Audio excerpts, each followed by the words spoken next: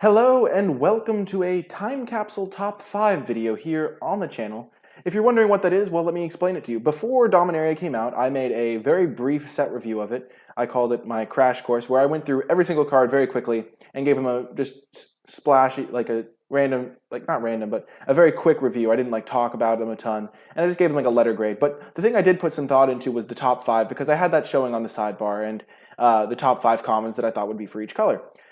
So in preparation for doing a set review for M19 for Limited, I went back and looked at my old one to kind of see how I did with my top 5 commons for each color. So I decided to share that with you and then kind of let you know how I evaluated the cards and why I put them in the top 5, because it wasn't just randomly determined. It was for a reason. I evaluated the cards in my own way, and I thought about what would make the cards good in a format, and then I eventually decided where they would go in the rankings. So I'm going to be going through the top 5s that I used to have, explaining those, and then the new top 5s that I have for the cards, just to kind of give you a sense of how that's going to go. But before I begin, I would just like to remind you that if you enjoyed the video, be sure to click that thumbs up and subscribe to the channel, and share the video with your friends.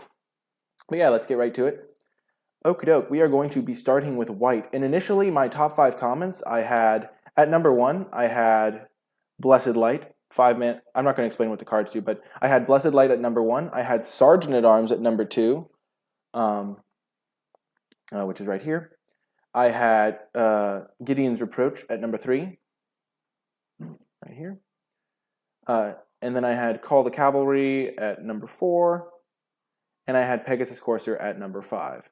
So before you laugh at my choices on which cards I had, I'm just going to explain why I put them where I did. First of all, Blessed Light, pretty easy to put it at number 1. It's just unconditional removal at 5 mana. Even though it is expensive, I like to put unconditional removal spells at the common slot in the top spot in a review, because they're never going to be too bad. Like, there's not a format where unconditional removal is bad, pretty much. The number 2 spot, however, I gave it to Sergeant at Arms just because kicker spells are really good, and it was really hard to know which kicker payoffs were going to be worth it. But essentially every card with kicker I gave a pretty high rating to and put it very high up relative to where it would fall at the end of the format. Because it turned out with Sergeant of Arms, the extra 1/1s didn't matter all that much. But just having that modality, I really valued that highly in my initial set review. So I put it at the number 2 slot. Number 3, I had Gideon's Approach. It is good removal in the format. I think it ended up being a little bit better than I thought, much better than I thought it would be, actually. Because in the past, cards like Impeccable Timing, which are very similar effects, it's like 1 and a white, instant speed, deal 3 damage to an attacking or blocking creature. Those cards have ranged from okay to kind of bad. So Gideon's Approach, I was being kind of conservative with this rating, even though it is a pretty strong effect. Call the Cavalry was my number 4 spot. I just thought that I didn't really know how white would play out, but making 4 power and 4 toughness worth of creatures split across 2 bodies is pretty good. So it's kind of hard to go wrong by putting this card at a pretty high ranking in the set review. I just think this card's going to be pretty solid, and I'm pretty down on this card now at the current state of Dominaria. And then number 5, probably the card that I should have had much higher, Pegasus Courser. When it attacks, another target attacking creature gains flying. I definitely didn't value this card as highly. It's just a 1-powered flyer for 3 mana, so I didn't value it super highly. And giving another creature attacking is only really relevant if the decks are super aggressive, so I didn't value this card as highly as I should have. So let's just look at the new top 5 white commons I have. Once again, Blessed Light is number 1, but now I've moved Pegasus Courser all the way to number 2. I think that it is one of the main reasons to be white in this format, because flying is quite good. So I take Pegasus Courser over Gideon's Approach, but even though Gideon's Approach is still at number 3, I still value it higher than I did before. So when compared to other cards, I definitely value it higher. Number 4, I actually have Aven Sentry. I think that flying is just really good in this format, and you need ways to be able to get through in a board stall. So I think Aven Sentry is pretty good, even though I didn't even consider it in my first go around. And then number 5 slot, I have Mesa Unicorn. I think it's just a good 2-drop in the format because lifelink is fairly relevant in certain matchups, and I think that Mesa Unicorn is just a solid card. Okie doke. Now on to the blue cards. When I did blue the first time around, I think I knew that Cloud Reader Sphinx was going to be good. So at the number 1 spot, I had Cloud Reader Sphinx, and I knew that card was going to be good. I remember Theros had a card that was very similar. It was 3 blue for this exact same body, exact same effect, and that card was very good. I didn't even play Theros. I just did a Theros flashback draft, and I was like, wow, this card is busted. Why is this card a common? And I knew Cloud Reader Sphinx was going to be good, so I put that at the number 1 spot. Next up, I had Academy Drake. This is another trend of me valuing the kicker cards very highly because Wind Drake is not usually an insane card in Limited. Like, there's some formats, like Wind Drake is a 2 and a blue for a 2/2 flyer. There's some formats where it's better than others, but in this format, since it has kicker, I valued it a lot higher. I still think the card's good, but I don't put it at the number 2 common. Number 3, I had Blink of an Eye. 4 mana, bounce a card, and bounce a permanent and draw is very good. And I think that Blink of an Eye is very, very good in this format. And I think I was pretty good at judging it highly early on. Academy Journey Mage is another card that's quite strong. It's a very good tempo play, and this format's not as much about tempo, so I'm a little bit down on this card compared to where I was, but I still think it's good. So I'm pretty happy with having it in the top 5. And then I think Deep Freeze is kind of the trap card of top 5s because I feel like a lot of people would have put it in the top 5 commons because it's a blue removal spell. But it ends up just not being what you really want to be doing because a lot of the time it's just not super efficient and like it can kill stuff, but it leaves them a blocker. So if you're trying to get through on the ground, it's not going to do exactly what you want. So let's see how I change my estimations. Once again, I have Cloud Reader Sphinx at number 1. Cloud Reader Sphinx at number 1. Since I downgraded Academy Drake a little bit, I put Blink of an Eye at number 2. Number 3, I actually have Divination because I've found that having like 2 or 3 divinations in your deck is just a great way to win the game because you end up it's just a clean 2-for-1 in a format that's all about 2-for-1s and value. So, and it also smooths your draws, helps you find splashes if you need it. So I really prioritize Divination even over Academy Journey Mage. Though obviously this is deck dependent, but early on in a pack I would definitely take Divination over Academy Journey Mage. And then I have Academy Journey Mage just because the tempo play is still quite relevant. And then finally I have Academy Drake, which I do think is quite good as well. Okie doke, now we are going to go on to Black. Black had some funny cards that I had in the high ranking spots. At number 1, I had Eviscerate. That was a very easy call. Eviscerate, destroy target creature for 4 mana, is never really going to be bad in any format, so that was a pretty easy pick for number 1. Vicious Offering was pretty clear pick for number 2. It's just another removal spell. It's like Black's small creature removal spell, it's instant speed, and the kicker effect is really relevant. So those 2 were pretty easy. At number 3, hear me out, I had Drudge Sentinel because I just pictured when I was judging this card, this is a classic weakness of card evaluation. I fell into the best case scenario mentality here. I was like, you're going to play this on turn 3, and they're never going to be able to block it because you'll just be able to pay for the indestructible, and they're never going to be able to attack through it because you'll be able to pay for the indestructible. And I just kind of overvalued how much you'd be able to have mana up because indestructible is a really annoying keyword to have to deal with. So that's why I gave Drudge Sentinel a pretty high rating, even though I think the card's pretty much unplayable now. It's just you're never able to hold up 3 mana, and by the time you do, a 2/1 body is not really what you want. So I don't value Drudge Sentinel at all anymore. Number 4, I had Fungal Infection, which is another kind of bizarre card to have. 1 mana to give a creature -1/-1 is definitely bizarre. As to have it as a top ranking common. And I had Fungal Infection at number 4 because I think I was having carryovers from Skullduggery from Rivals of Ixalan, and Ixalan block, where it was just one of the best cards you could have. Just 1 black mana +1 for a creature and -1 for another creature is just incredible value, really hard to deal with in combat. So I was kind of having carryovers from that because Fungal Infection does look kind of similar, like you make a 1/1 and then you give something -1/-1. It ended up not being as good because this format's a lot less quick than Ixalan was. So in Ixalan, they kind of had to block and you get value. Fungal Infection, you can still get value out of Fungal Infection, but it's just not as good. I don't prioritize it anymore. I think there's a lot of cards that are better than it. Number 5, I had Thallid Omnivore. I knew this card was going to be good. I remember when I was making the set review, I had it at the number 3 slot at some points, and it was like all over the place. But I knew this card was going to be good in the format, just because when you have a sacrifice ability attached to a creature that can give it +2/+2, it just makes it really hard to attack into it or deal with it in combat in any fair way because there's just so many options they can have. Like if you triple block it, they can sack 1 creature to do a double trade, or they can sack their whole board to keep it all alive. It really is a lot of optionality, and the life gain is really good. So I think Thallid Omnivore is quite good, and when I made my new review, I put it at the number 3, black commons. So number 1 is Eviscerate, number 2 is Vicious Offering. Those two stayed the same. Those were really easy. Thallid Omnivore went to number 3. At number 4 slot, I had Deathbloom Thallid. It's just such a good value creature. 3 mana, 3/2. When it dies, you get a Saproling. It's just really simple, really straightforward. You don't have to put in a ton of mana. It affects the board. I just think Deathbloom Thallid is pretty much what Black wants to be doing. And then number 5, I had Caligo Skin, which this was a card that I initially thought was going to be like unplayable because it kind of looks bad. Like 2 mana 1/3s are not great in most formats. It just so happens that in Dominaria, when you need a 2-drop, a 2 mana 1/3 is like fine. It blocks like almost all of the cheap creatures. So Caligo Skin, which ended up being able to block a lot more than I thought it would because there's a lot of 3 mana 2/3s as well. So it can block a lot better. And then making them discard 2 cards on turn 6 seems really bad. When you first look at it, you're like, it's turn 6. They're already going to have played everything relevant. But in Dominaria, it ended up being quite good. So I think Caligo Skin, which is number 5, though it was really close. Dark Bargain is definitely like really close with both of these 2 cards.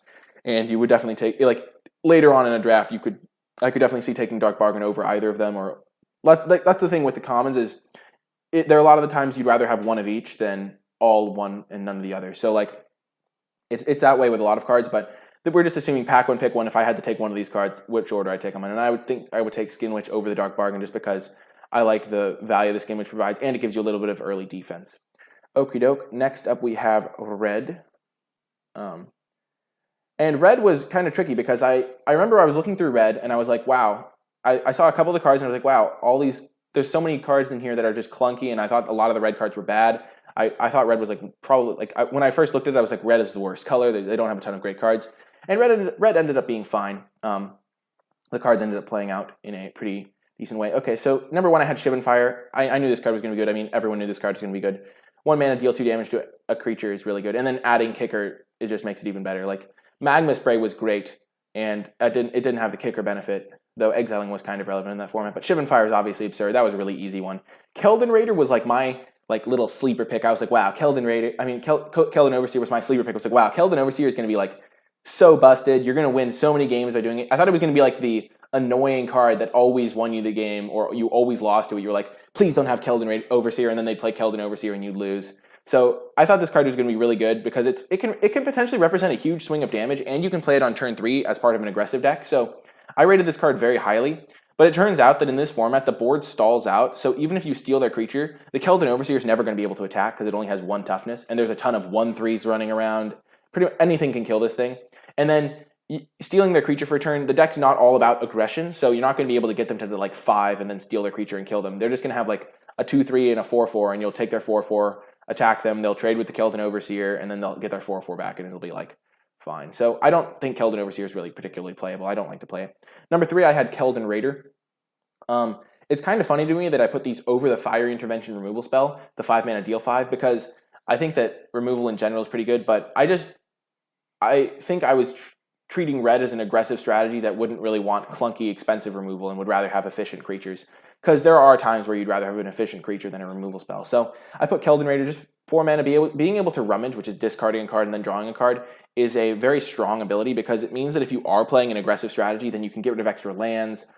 Even if you're a controlling strategy, you can find extra lands if you need them, or you can get rid of cards that would be bad in that situation. So Keldon Raider is definitely a card that I still enjoy playing. Next up, I had Fiery Intervention. Oh, I went the wrong way.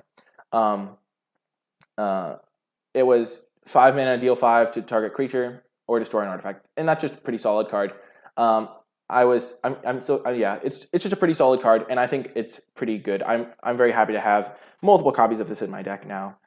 And then finally, I had Gitu Chronicler. It's really funny. I remember seeing Gitu Chronicler and being like, 6 mana to get back an instant to sorcery, and it's only a 1/3.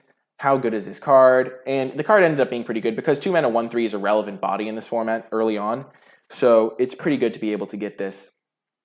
And a lot of the time you would save it to use the kicker, but having the optionality is really nice. I remember when I was going through, I almost put Bloodstone Goblin at number 5, and I was like, wow, Red is so bad that Bloodstone Goblin is in the top 5 commons. But then I'm really happy that I put Gitu Chronicler in the top 5 commons, because it's like actually quite good. As you can see, when I changed my opinions, when I had a new thing, obviously Shivan Fire is number 1.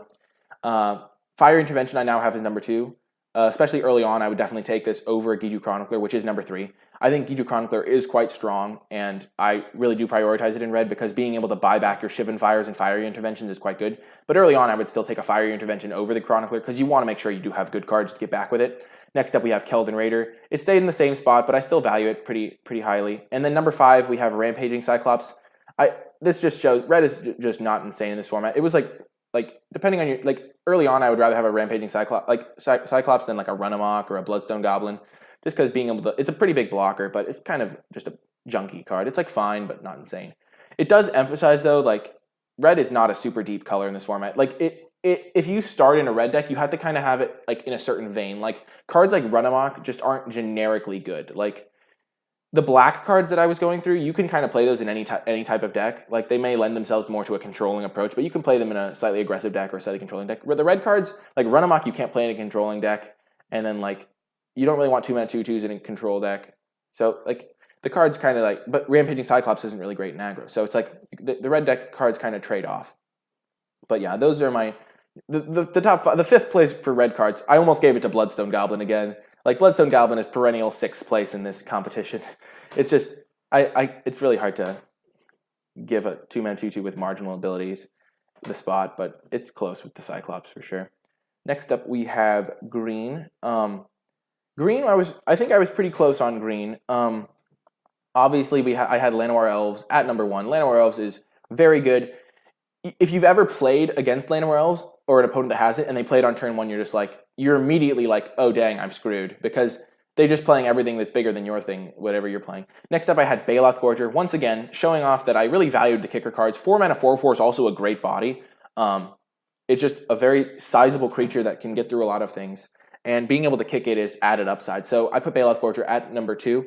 And then at number 3, I had Sapperling Migration, another kicker card. This card ended up being very good. And a lot of the times, even fairly early on in the drafts, I would end up taking these over Llanowar Elves, just because if I ended up a Sapperling deck, I'd rather have Sapperling Migration. Though obviously Llanowar Elves is still good. Number 4, I had Ancient Animus. Ancient Animus is the type of card that it depends on the format and how everything lines up, because fight spells really depend on the size of creatures, and Ancient Animus just didn't end up really getting there. The +1/+1 counter for a legendary creature didn't really come up as much as you would think, and you didn't always really have a beefy creature. If you had a beefy creature on the board in green, you were usually doing fine anyway. And then number 5, it's really funny. I could have changed it. Like I remember I said Yavimaya Shepherd for like the first 3 weeks. It was like I literally saw, like, the first time I realized that it was Sapherd instead of Shepherd was, like, when I saw someone talking about it in, like, a Magic tournament. And I was like, what? Why is this not Shepherd? It's because it's, like, nobody's ever heard of a Sapherd. So, yeah, I just kept that the same way. It's, like, Yavimaya Sapherd. This card is similar to Jungleborn Pioneer from Rivals of Ixalan, and that card was quite good. So, Yavimaya Sapherd, especially with the tribal synergies, was pretty much a shoo-in for one of the best green commons. And it remained so. When I changed my evaluations, I had Llanowar Elves at number 1. The Baloth Gorger fell off in favor of Sapperling Migration. I definitely think Sapperling Migration went up for me as the format went on, because Sapperling Migration was a part of the black-green Sapperling and Thallid deck. The kind of tribal synergies were actually pretty relevant, because in black and green you could get a Thallid Omnivore, and then Sapperling Migration was like actually broken because it gave it 4 creatures to sacrifice to it. So Sapperling Migration definitely went up for me. And then early on in a format, it's really hard to rate cards like Grow from the Ashes, because you don't know how slow the format's going to be or how much you want to be splashing. But Grow from the Ashes ended up being a very high pick, just because you wanted to be able to splash whatever you opened or whatever bombs, or if you got a Tatyova in your green-red deck, you wanted to be able to splash that. So Grow from the Ashes became a very high priority pickup for me. And I even took it over Yavimaya Sapherd. I think pack one, pick one. It's really close between Sapherd and Grow, because if you want to end up in certain types of decks, like, it kind of comes down to play preferences. But I would rather take Grow because I liked playing slower decks that wanted to splash multiple good win cons.